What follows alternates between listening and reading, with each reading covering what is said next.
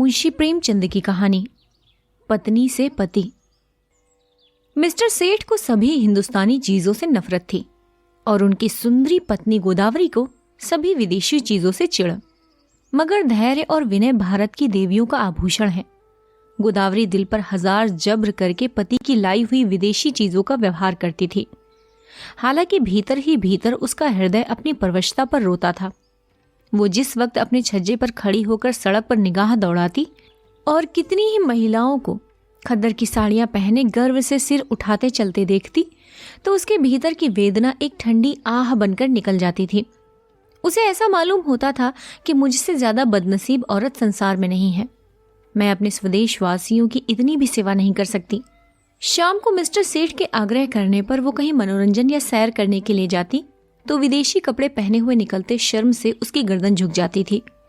वो पत्रों में महिलाओं के जोश भरे व्याख्यान पढ़ती तो उसकी आंखें जगमगा उठती। थोड़ी देर के लिए वो भूल जाती कि मैं यहाँ बंधनों में जकड़ी हुई हूँ। होली का दिन था। 8 बजे रात का समय।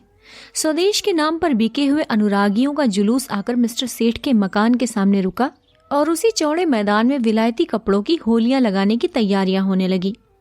गोदावरी अपने कमरे में खिड़की पर खड़ी ये समारोह देखती थी और दिल महसूस कर रह जाती थी। एक वो है जो यूं खुश खुश आज़ादी के नशे में मतवाले गर्व से सिर उठाए होली लगा रहे हैं, और एक मैं हूं कि पिंजड़े में बंद पक्षी की तरह फड़फड़ा रही हूं। इन तीलियों को कैसे तोड़ दूं? उसने कमरे में निगाह दौड़ाई। सभी चीजें विदेशी थी। स्वदेशी का एक सूत भी न था।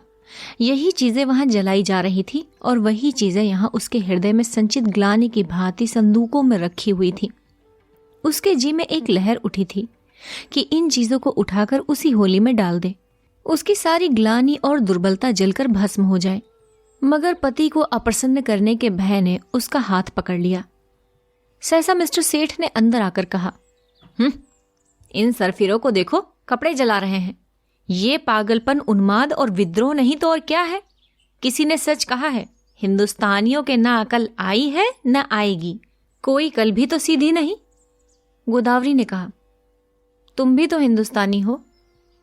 सेठ ने गर्म होकर कहा, हाँ, लेकिन मुझे इसका खेद रहता है कि ऐसे अभागे देश में क्यों पैदा हुआ। मैं नहीं चाहता कि कोई मुझे हिंदुस्तानी कहे या समझे। कम से कम मैंने आचार व्यवहार, वेशभूषा, रीति नीति, कर्म वचन में ऐसी कोई बात नहीं रखी जिससे हमें कोई हिंदुस्तानी होने का कलंक लगाए। पूछिए, जब हमें 8 आने गज में बढ़िया कपड़ा मिलता है तो हम क्यों मोटा टाट खरीदे? इस विषय में हर एक को पूरी स्वाधीनता होनी चाहिए। ना जाने क्यों गवर्नमेंट ने इन दुष्टों को यहाँ जमा होने दिया। अगर मेरे हाथ में अधिकार होता तो सबों को जहन्नुम रसीद कर देता, तब आटे दाल का भाव मालूम होता। गोदावरी ने अपने शब्द में तीक्ष्ण तिरस्कार भर के कहा, तुम्हें अपने भाइयों का जरा ख्याल नहीं आता? भारत के सिवा और भी कोई देश है जिस पर किसी दूसरी जाति के शासन हो? छोटे छोटे राष्ट्र भी किसी दूसरी जाति के गुलाम बनकर नहीं रहना चाहते। क्या एक हिंदुस्तानी के लिए ये लज्जा की बात नहीं है कि वो अपने ही भाइयों के साथ अन्याय करे? सेठ ने भौहें चढ़ाकर कहा, मैं इन्हें अपना भाई नहीं समझता। आखिर तुम्हें सरकार जो वेतन देती है वो इन्हीं सबों की जेब से आता है। मुझे इससे कोई मतलब नहीं कि मेरा वेतन किसकी जेब से आता है। मुझे जिसके हाथ से मिलता है वो मेरा स्वामी है। ना जाने इन दुष्टों को क्या सनक सवार हुई। कहते हैं भारत आध्यात्मिक देश है। क्या अध्यात्म का यही आशय है कि परमात्मा के विधानों का विरोध किया जाए? जब ये मालूम है कि परमात्मा की इच्छा के विरुद्ध एक पत्ती भी नहीं हिल सकती, तो ये मुमकिन है कि इतना बड़ा देश परमात्मा की मर्जी के बगैर अंग्रेजों के अधीन हो? क्यों इन दीवानों को इतनी अकल नहीं आती कि जब तक परमात्मा की इच्छा ना होगी कोई अंग्रेज का बाल भी बांका ना कर सकेगा? गोदावरी, तो फिर क्यों नौकरी करते हो? परमात्मा की इच्छा होगी तो अपने आप ही भोजन मिल जाएगा। बीमार होते हो तो क्यों दौड़े वैद्य के घर जाते हो? परमात्मा उन्हीं की मदद करता है जो अपनी मदद करते हैं। सेठ, बेशक करता है, लेकिन अपने घर में आग लगा देना, घर की चीजों को जला देना ऐसा काम है जिन्हें परमात्मा कभी पसंद नहीं करता। तो यहाँ के लोगों को चुपचाप बैठे रहना चाहिए। सेठ, नहीं, रोना चाहिए। इस तरह रोना चाहिए जैसे बच्चे माता के दूध के लिए रोते हैं। सहसा होली जली। आग की शिखाएं आसमान से बातें करने लगी, मानो स्वाधीनता की देवी अग्नि वस्त्र धारण किए हुए आकाश के देवताओं से गले मिलने जा रही हो। दीनानाथ ने खिड़की बंद कर दी। उनके लिए यह दृश्य भी असह्य था। गोदावरी इस तरह खड़ी रही जैसे कोई गाय कसाई के खूंटे पर खड़ी हो। उसी वक्त किसी के गाने की आवाज आई, वतन की देखिए तकदीर कब बदलती है। गोदावरी के विषाद से भरे हुए हृदय में एक चोट लगी। उसने खिड़की खोल दी और नीचे की तरफ झांका। होली अब भी जल रही थी और एक अंधा लड़का अपनी खंजरी बजाकर गा रहा था, वतन की देखिए तकदीर कब बदलती है। वो खिड़की के सामने पहुंचा तो गोदावरी ने पुकारा, ओ अंधे, खड़ा रह। अंधा खड़ा हो गया। गोदावरी ने संदूक खोला, पर उसमें उसे एक ही पैसा मिला। नोट और रुपए थे, मगर अंधे फकीर को नोट या रुपए देने का सवाल ही ना था। पैसे अगर 2-4 मिल जाते तो इस वक्त वो जरूर दे देती, पर वहां एक ही पैसा था, वो भी इतना घिसा हुआ कि कहार बाजार से लौटा लाया था। किसी दुकानदार ने ना लिया था। अंधे को वो पैसा देते हुए गोदावरी को शर्म आ रही थी। वो जरा देर तक पैसे को हाथ में लिए संशय से खड़ी रही। तब अंधे को बुलाया और पैसा दे दिया। अंधे ने कहा, माता जी, कुछ खाने को दीजिए, आज दिन भर से कुछ नहीं खाया। गोदावरी, दिन भर मांगता है, तब भी तुझे खाने को नहीं मिलता? क्या करूं माता, कोई खाने को नहीं देता। इतने पैसे का चबैना लेकर खा ले। खा लूंगा माता जी, भगवान आपको खुश रखे। अब यहीं सोता हूं। दूसरे दिन प्रातःकाल कांग्रेस की तरफ से एक आम जलसा हुआ। मिस्टर सेठ ने विलायती टूथ पाउडर विलायती ब्रश से दांतों पर मला, विलायती साबुन से नहाया, विलायती चाय विलायती प्यालियों में पी, विलायती बिस्कुट विलायती मक्खन के साथ खाया, विलायती दूध पिया, फिर विलायती सूट धारण करके विलायती सिगार मुंह में दबाकर घर से निकले और अपनी मोटरसाइकिल पर बैठकर फ्लावर शो देखने चले गए। गोदावरी को रात भर नींद नहीं आई थी। दुराशा और पराजय की कठिन यंत्रणा किसी कोड़े की तरह उसके हृदय पर पड़ रही थी। ऐसा मालूम होता था कि उसके कंठ में कोई कड़वी चीज अटक गई है। मिस्टर सेठ को अपने प्रभाव में लाने की उसने वो सब योजनाएं की जो एक रमणी कर सकती है, पर उस भले आदमी पर उसके सारे हाव भाव, मृदु मुस्कान और वाणी विलास का कोई असर न हुआ। खुद तो स्वदेशी वस्त्रों के व्यवहार करने पर क्या राजी होते, गोदावरी के लिए एक खद्दर की साड़ी लाने पर भी सहमत न हुए। यहां तक कि गोदावरी ने उनसे कभी कोई चीज मांगने की कसम खा ली। क्रोध और ग्लानि ने उसकी सद्भावना को इस तरह विकृत कर दिया जैसे कोई मैली वस्तु निर्मल जल को दूषित कर देती है। उसने सोचा, जब ये मेरी इतनी सी बात नहीं मान सकते, तब फिर मैं क्या इनके इशारे पर चलूं? क्यों इनकी इच्छाओं की लौंडी बनूं? मैंने इनके हाथ अपनी कुछ आत्मा नहीं बेची है। अगर आज ये चोरी या गबन करें तो क्या उसकी सजा मैं पाऊंगी? उसी सजा को ये खुद झेलेंगे। उसका अपराध इनके ऊपर होगा। इन्हें अपने कर्म और वचन का अख्तियार है, मुझे अपने कर्म और वचन का अख्तियार है। ये अपनी सरकार की गुलामी करें, अंग्रेजों की चौखट पर नाक रगड़ें, मुझे क्या गरज है कि उनमें उनका सहयोग करूं? जिसमें आत्माभिमान नहीं, जिसने अपने को स्वार्थ के हाथों बेच दिया, उसके प्रति अगर मेरे मन में भक्ति ना हो तो मेरा दोष नहीं। ये नौकर है या गुलाम? नौकरी और गुलामी में अंतर है। नौकर कुछ नियमों के अधीन अपना निर्दिष्ट काम करता है। वो नियम स्वामी और सेवक दोनों पर ही लागू होते हैं। स्वामी अगर अपमान करे, अपशब्द कहे, तो नौकर उसको सहन करने के लिए मजबूर नहीं। गुलाम के लिए कोई शर्त नहीं, उसकी दैहिक गुलामी पीछे होती है, मानसिक गुलामी पहले ही हो जाती है। सरकार ने इनसे कब कहा है कि देशी चीजें न खरीदो? सरकारी टिकटों तक पर शब्द लिखे होते हैं, स्वदेशी चीजें खरीदो। इससे विदित है कि सरकार देशी चीजों का निषेध नहीं करती। फिर भी ये महाशय सुरखरू बनने की फिक्र में सरकार से भी 2 अंगुल आगे बढ़ना चाहते हैं। मिस्टर सेठ ने कुछ झेपते हुए कहा, कल ना फ्लावर शो देखने चलोगी? गोदावरी ने विरक्त मन से कहा, नहीं, बहुत अच्छा तमाशा है, मैं कांग्रेस के जलसे में जा रही हूं।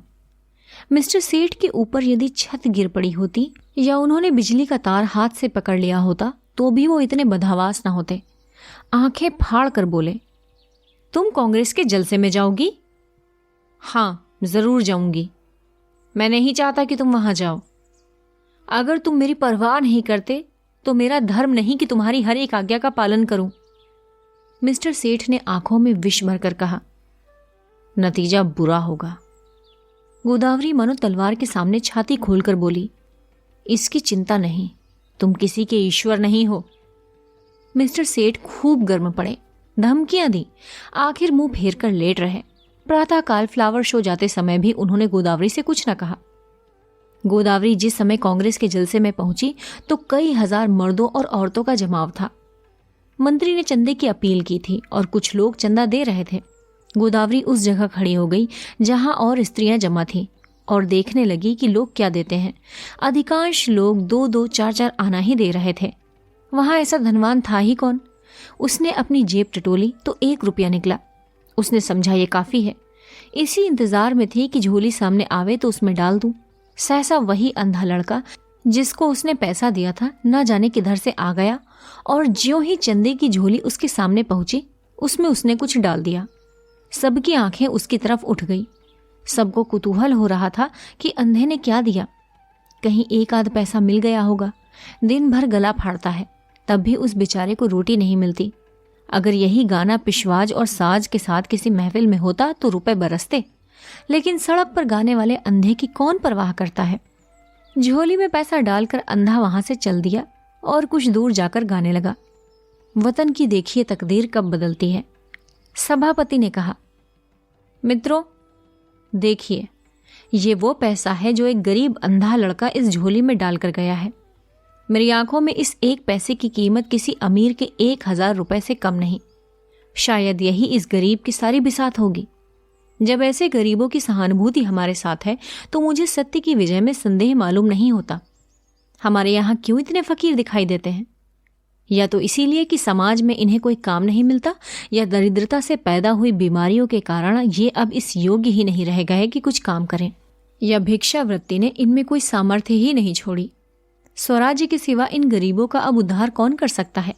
देखिए वो गा रहा है, वतन की देखिए तकदीर कब बदलती है। इस पीड़ित हृदय में कितना उत्सर्ग! क्या अब भी कोई संदेह कर सकता है कि हम किसकी आवाज हैं? आप में कौन इस रत्न को खरीद सकता है? गोदावरी के मन में जिज्ञासा हुई, क्या वो वही तो पैसा नहीं जो रात को मैंने उसे दिया था? क्या उसने रात में सचमुच कुछ नहीं खाया? उसने समीप जाकर पैसे को देखा जो मेज पर रखा गया था। उसका हृदय धक से हो गया। ये वही घिसा हुआ पैसा था। उस अंधे की दशा, उसके त्याग का स्मरण करके गोदावरी अनुरक्त हो उठी। कांपते हुए स्वर में बोली, मुझे आप ये पैसा दे दीजिए, मैं 5 रुपए दूंगी। सभापति ने कहा, एक बहन इस पैसे के दाम 5 रुपए दे रही हैं। दूसरी आवाज आई, 10 रुपए। तीसरी आवाज आई, 20 रुपए।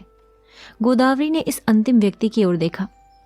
उसके मुख पर अभिमान झलक रहा था, मानो कह रहा हो कि यहां कौन है जो मेरी बराबरी कर सके। गोदावरी के मन में स्पर्धा का भाव जाग उठा। चाहे कुछ हो जाए, इसके हाथ में यह पैसा ना जाए। समझता है इसने 20 रुपए कह दिए, सारे संसार को मोल ले लिया। गोदावरी ने कहा, 40 रुपए। उस पुरुष ने तुरंत कहा, 50 रुपए। हजारों आंखें गोदावरी की ओर उठ गई, मानो कह रही हूं, अब की आप ही हमारी लाज रखिए। गोदावरी ने उस आदमी की ओर देखकर धमकी से मिले हुए स्वर में कहा, 100 रुपए। धनी आदमी ने तुरंत कहा, 120 रुपए। लोगों के चेहरे पर हवाइयां उड़ने लगी। समझ गए इसी के हाथ विजय रही। निराश आंखों से गोदावरी की ओर ताकने लगे, मगर ज्यों ही गोदावरी के मुंह से 150 निकला, चारों तरफ तालियां पड़ने लगी, मानो किसी दंगल के दर्शक अपने पहलवान की विजय पर मतवाले हो गए हों।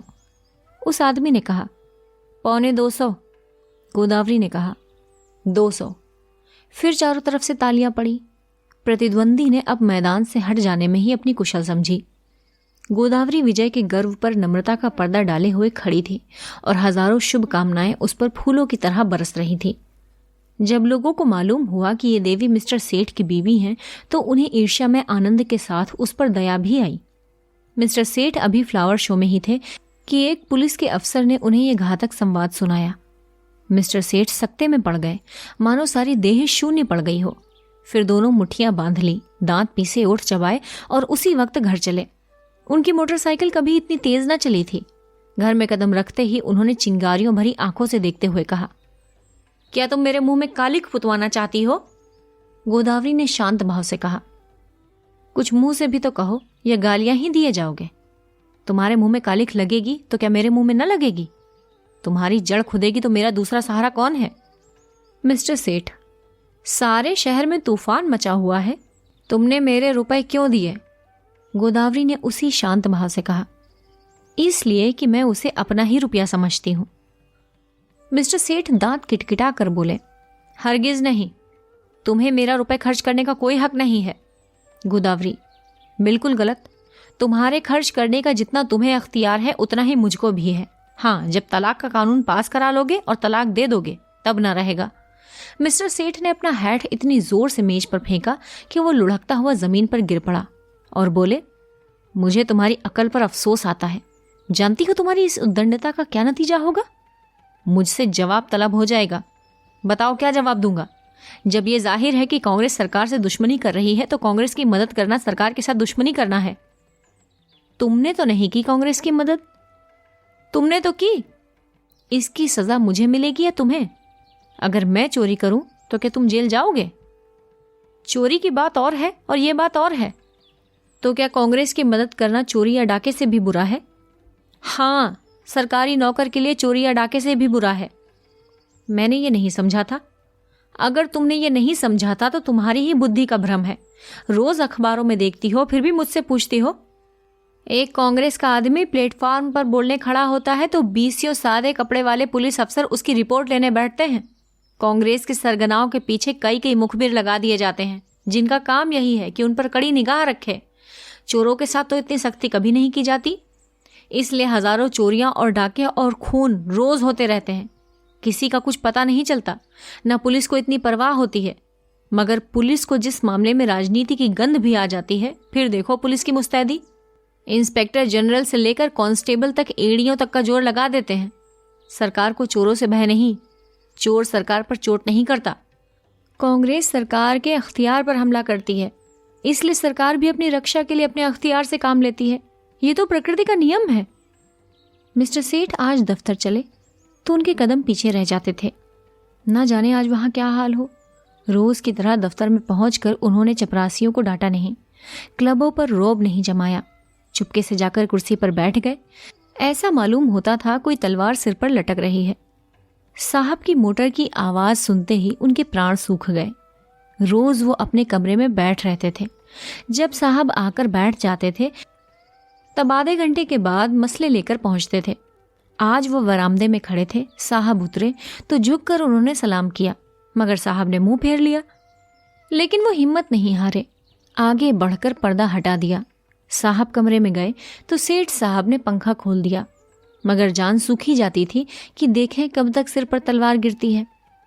साहब ज्यों ही कुर्सी पर बैठे, सेठ ने लपक कर सिगार केस और दिया सलाई मेज पर रख दी। एकाएक मालूम हुआ मानो आसमान फट गया हो। साहब गरज रहे थे, तुम दगाबाज आदमी हो। सेठ ने इस तरह साहब की तरफ देखा जैसे उनका मतलब नहीं समझे। साहब ने फिर गरज कर कहा, तुम दगाबाज आदमी हो। मिस्टर सेठ का खून गर्म हो उठा। बोले, मेरा तो ख्याल है कि मुझसे बड़ा राजभक्त इस देश में ना होगा। साहब, तुम नमक हराम आदमी हो। मिस्टर सेठ के चेहरे पर सुर्खी आई। आप व्यर्थ में ही अपनी जबान खराब कर रहे हैं। साहब, तुम शैतान आदमी हो। मिस्टर सेठ की आंखों में सुर्खी आई। आप मेरी बेइज्जती कर रहे हैं। ऐसी बातें सुनने की मुझे आदत नहीं। साहब ने कहा, चुप रहो। यू ब्लडी, तुमको सरकार 500 रुपए इसलिए नहीं देता कि तुम अपने वाइफ के हाथ से कांग्रेस का चंदा दिलवाए। तुमको इसलिए सरकार रुपया नहीं देता। मिस्टर सेठ को अपनी सफाई देने का अवसर मिला। बोले, मैं आपको विश्वास दिलाता हूं, मेरी वाइफ ने सरासर मेरी मर्जी के खिलाफ रुपए दिए हैं। मैं तो उस वक्त फ्लावर शो देखने गया था जहां मिस फ्रांक का गुलदस्ता 5 रुपए में मिला। वहां से लौटा तो मुझे यह खबर मिली। साहब, ओह, तुम हमको बेवकूफ बनाता है। ये बात अग्निशिला की भांति ज्यों ही साहब के मस्तिष्क में घुसी, उनके मिजाज का पारा उबाल के दर्जे पर पहुंच गया। किसी हिंदुस्तानी की इतनी मजाल कि उन्हें बेवकूफ बनाए? वो जो हिंदुस्तान के बादशाह हैं, जिनके पास बड़े बड़े तालुकेदार सलाम करने आते हैं, जिनके नौकरों को बड़े बड़े रईस नजराना देते हैं, उन्हीं को कोई बेवकूफ बनाए? उनके लिए वो असह्य था। रूल उठाकर दौड़ा। लेकिन मिस्टर सेठ भी मजबूत आदमी थे। यूं वो हर तरह की खुशामद किया करते थे, लेकिन ये अपमान स्वीकार न कर सके। उन्होंने रूल को तो हाथ पर लिया और एक डग आगे बढ़कर ऐसा घूंसा साहब के मुंह पर रसीद किया कि साहब की आंखों के सामने अंधेरा छा गया। वो इस मुष्टि प्रहार के लिए तैयार न थे। उन्हें कई बार इसका अनुभव हो चुका था कि नेटिव बहुत शांत, दब्बू और गमखोर होता है। विशेषकर साहबों के सामने तो उसकी जबान तक नहीं खुलती। कुर्सी पर बैठकर नाक का खून पोंछने लगा। फिर मिस्टर सेठ से उलझने की उसकी हिम्मत नहीं पड़ी, मगर दिल में सोच रहा था इसे कैसे नीचा दिखाऊं। मिस्टर सेठ भी अपने कमरे में आकर इस परिस्थिति पर विचार करने लगे। उन्हें बिल्कुल खेद न था, बल्कि वो अपने साहस पर प्रसन्न थे। इसकी बदमाशी तो देखो, मुझ पर प्रहार किया। जितना दबता था उतना ही दबाया जाता था। मेम यारों के लिए घूमा करती हैं, उसमें बोलने की हिम्मत नहीं पड़ती। मुझसे शेर बन गया। अब दौड़ेगा कमिश्नर के पास, मुझे बर्खास्त कराए बगैर छोड़ेगा नहीं। ये सब कुछ गोदावरी के कारण हो रहा है। बेइज्जती तो हो ही गई, अब रोटियों को भी मोहताज होना पड़ेगा। मुझसे तो कोई पूछेगा भी नहीं, बर्खास्तगी का परवाना आ जाएगा। अपील कहाँ होगी? सेक्रेटरी है हिंदुस्तानी, मगर अंग्रेजों से भी ज्यादा अंग्रेज। होम मेंबर भी हिंदुस्तानी है, मगर अंग्रेजों के गुलाम। गोदावरी के चंदे का हाल सुनते ही उन्हें जूड़ी चढ़ाई होगी। न्याय किसी की आशा से नहीं, अब यहां से निकल जाने में ही कुशल है। उन्होंने तुरंत एक इस्तीफा लिखा और साहब के पास भेज दिया। साहब ने उस पर लिख दिया, बर्खास्त। दोपहर को जब मिस्टर सेठ मुंह लटकाए हुए घर पहुंचे तो गोदावरी ने पूछा, आज आप जल्दी कैसे आ गए? मिस्टर सेठ दहकती हुई आंखों से देखकर बोले, जिस बात पर लगी थी वो हो गई, अब रोज सिर पर हाथ रख के। गोदावरी, क्या बात हुई? कुछ कहो भी तो। बात क्या हुई? उसने आंखें दिखाई, मैंने चाटा जमाया और इस्तीफा देकर चला आया। गोदावरी, इस्तीफा देने की क्या जल्दी थी? और क्या सिर के बाल नुचवाता? तुम्हारा यही हाल है तो आज नहीं कल अलग होना ही पड़ता। गोदावरी, खैर जो हुआ अच्छा हुआ, आज से तुम भी कांग्रेस में शरीक हो जाओ। सेठ ने ओट चबाकर कहा, लजाओगी तो नहीं? ऊपर से घाव पर नमक छिड़कती हो। लजाऊं क्यों? मैं तो बहुत खुश हूं कि तुम्हारी बेड़ियां कट गईं। आखिर कुछ सोचा है? काम कैसे चलेगा? सब सोच लिया है, मैं चलकर दिखा दूंगी। हाँ, मैं जो कुछ कहूं वो तुम किए जाना। अब तक मैं तुम्हारे इशारे पर चलती थी, अब तुम मेरे इशारे पर चलना। मैं तुमसे किसी बात की शिकायत नहीं करती थी।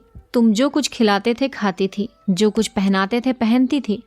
महल में रखते महल में रहती, झोपड़ी में रखते झोपड़ी में रहती।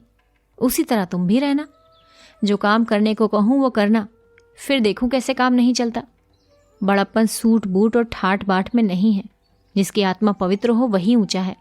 आज तक तुम मेरे पति थे, आज से मैं तुम्हारा पति हूं। सेठ जी उसकी ओर स्नेह की दृष्टि से देखकर हंस पड़े। मुंशी प्रेमचंद की कहानी पत्नी से पति। कथावाचक सोनल।